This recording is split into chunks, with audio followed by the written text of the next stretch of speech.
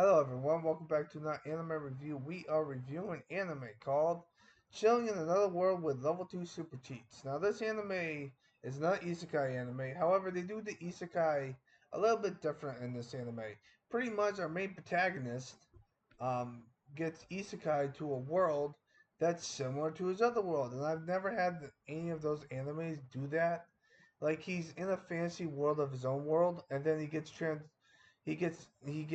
to an goes to and gets summoned by in the other world because they want a new hero to defeat the demons. But however, that does not work because they know he's not the hero. However, there is another person that's a hero, and he's a blonde guy, and the guy who's blonde gets the fucking Beast Tamer. There's an anime called Beast Tamer, and that hero gets goes to an evil path. However, the difference between that hero and this hero is that this hero is more along the lines of comic relief. He does do evil things here and there, but he doesn't really fucking do that much. He does cause a lot of problems. He's supposed to get executed at some point, but he never gets executed. He just runs around like a fucking stupid idiot. And he's more like a joke character at this point, so he's not really per se the main character. And I don't know how long he's gonna. He does have a girl who's also gonna get executed, but she wants to save that thing for later. So our main protagonist wants to be a hero. He wants to have a lev. He wants to get he wants to go back to his other world, but he can't do that. So yeah, in his other world, demi-humans and human demi-humans are always slaves, and he doesn't want to do that. He wants to treat everyone with respect. This anime does not do that. However, the king summons him to how do I put this? The king decides to put him in a forest where he thinks he's gonna die, but instead but the main character is OP as fuck, most likely. So he purifies the whole entire freaking forest that has all these demons and stuff. However, even though it has all demons and stuff, he turns out to be level fucking 367 at the end of it. And the funny thing is the fact that even though he's that OP as fuck, his max capacity is infinite. So he can be level 1 billion for all I fucking care. But he doesn't want to do anything. It's like he's so bored that he doesn't want. It's like One Punch Man. The main character is bored of killing everything, so he just wants to have a peaceful life with demons and humans coexisting with each other, and that's the main point of the anime as a big whole. Um, the second main character is a fox lady, which he doesn't want her to. How do I say it? He doesn't want her to get in trouble with the humans because he wants her to live with humans. So instead of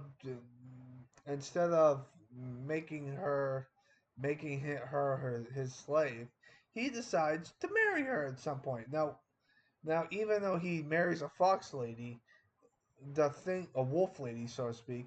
The thing is about this is that they pretend to be married in the beginning, but midway through the anime in the first season, they decide to get married for real. So that's the main gist of it.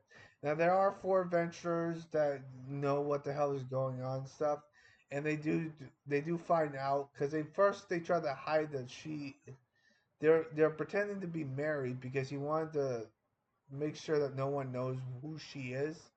But the four people that he saved when she was trying to kill them, they find out, and then they decide to live with him.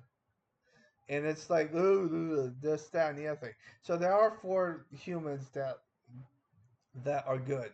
The blonde hair girl, which she is good with swords.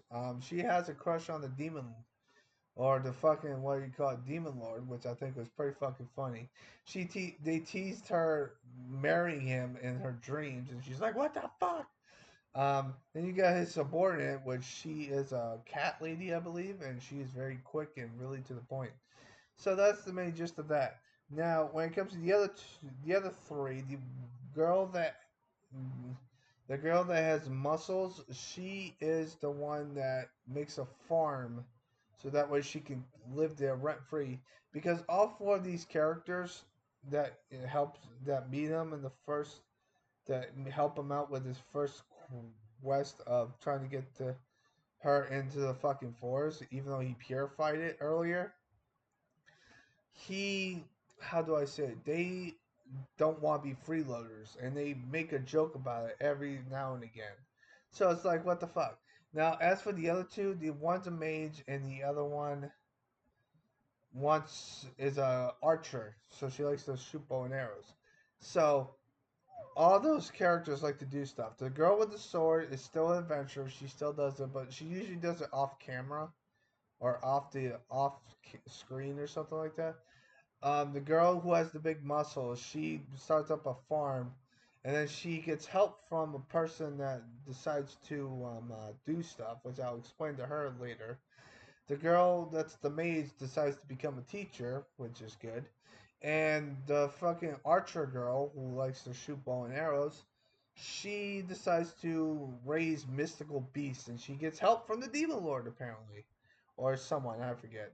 So that's the main gist of that. Now there is a couple characters that are OP as fuck, mainly due to the fact that the fake hero likes to make their lives a living hell. He summons a witch, which the by the way, the witch is pretty fucking funny. She's still alive in her mind, but she's not technically there.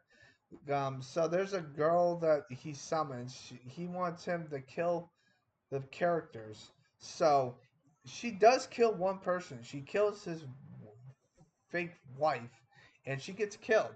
How do they? He tries to heal her, and he can't heal her. So instead, he decides to reverse time on her death, which I thought was like that's OP as fuck. However, he beats the shit out of the girl who tried to kill her, that killed his wife, sort of. So after he killed her, how do I put this? He beats the living shit out of her and wants to kill her, but his wife stopped him, so that's a good thing.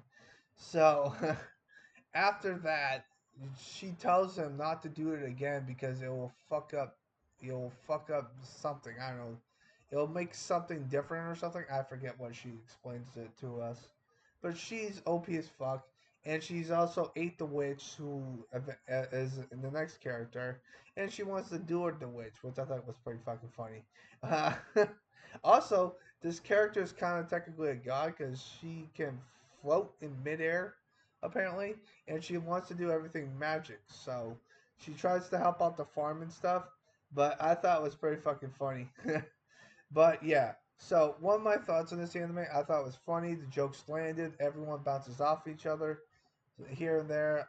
There's a couple instances where I didn't understand why the demon lord decides to get rid of his demon lord title and give it to his brother, which that makes no fucking sense. The demon lord decides to live with the main character, even though he's a demon. He wants them to be happy and go lucky. And I thought it was really good anime. So what are my thoughts on this? I'm giving this anime a 9. It's been a long time since I've rated anime a 9, but I've watched over 400. I've watched 430 animes. So I'm giving this anime a 9. I thought it was really good. The setting, the only problem I have with it though is, if you have a problem with it, is that when he gets isekai'd, the scenery and the atmosphere is pretty much the same thing of his old world, because they're both in a fantasy world, and it's just slightly different, sort of. And I think that's the difference between them. So yeah. Also, there's one other thing. He decides to beat up. He decides to kick the shit out of these bear psychos, or whatever the hell they call them. And he tames a bear psycho and turns the bear psycho into a fucking rabbit. I'm like, how the fuck does this work? Like, how? Why? Fucking why? And then they decide that it's all fucking nuts and craziness. It's funny. I thought all the jokes landed. And the other thing is the fact that this is an anime that you will enjoy from beginning to end.